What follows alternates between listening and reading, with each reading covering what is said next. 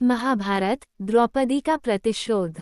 महाभारत में द्रौपदी, जो पांचों पांडवों की पत्नी होने के साथ स्वाभिमानी महिला भी थी, उसके चरित्र पर जब सवाल उठाए गए और उसको अपमानित किया गया तो वह प्रतिशोध की ज्वाला में जल उठी और उसने जो बदला लेने की प्रतिज्ञा की थी उसी ने महाभारत के युद्ध को जन्म दिया। आज हम द्रौपदी के द्वारा किए गए उन कार्यों के बारे में बताने जा रहे हैं जो महाभारत युद्ध का कारण बने।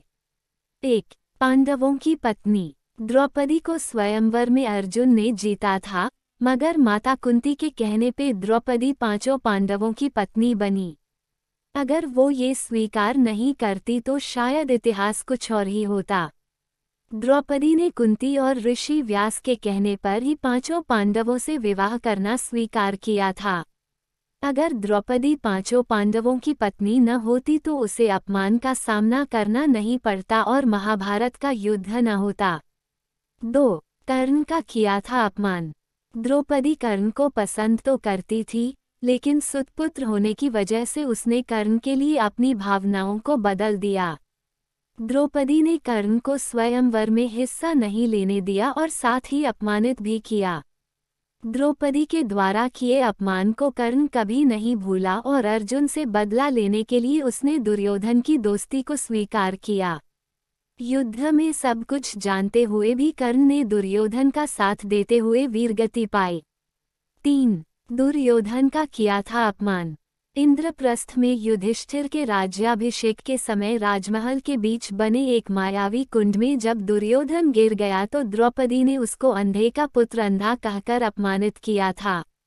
इसका बदला दुर्योधन ने जुए में द्रौपदी को जीतकर भरी राजसभा में उसका चीरहरण करने की कोशिश करके लिया था।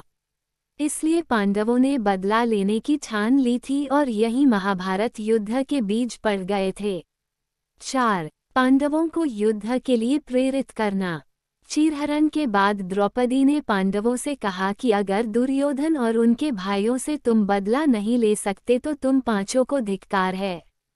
द्रौपदी ने भीम से कहा कि जब तक मेरे बाल दुशासन के खून से नहीं धुले जाएंगे तब तक ये खुले ही रहेंगे। इसके बाद भीम ने कसम खाई कि मैं दुर्योधन की जांघ को गदा से तोड़ूंगा और दुशासन की छाती का रक्तपान करूंगा। वहीं कर्ण ने द्रौपदी के चीरहरण के समय ये कहा था कि जो स्त्री 5 पतियों के साथ रह सकती है उसका क्या सम्मान। ये बात भी द्रौपदी के दिल पर लग गई और उसने अर्जुन से इस बात का वचन लिया कि वह कर्ण का वध करेगा। 5. जयद्रथ की बुरी नज़र। अज्ञातवास के समय जयद्रथ ने द्रौपदी को बलपूर्वक अपने रथ पर बिठाकर ले जाने की कोशिश की थी। तभी पांडव आ गए थे और उन्होंने द्रौपदी को छुड़वा लिया था। उस वक्त द्रौपदी ने जयद्रथ का वध करने से पांडवों को रोक दिया था और उसको अपमानित करके छोड़ दिया था।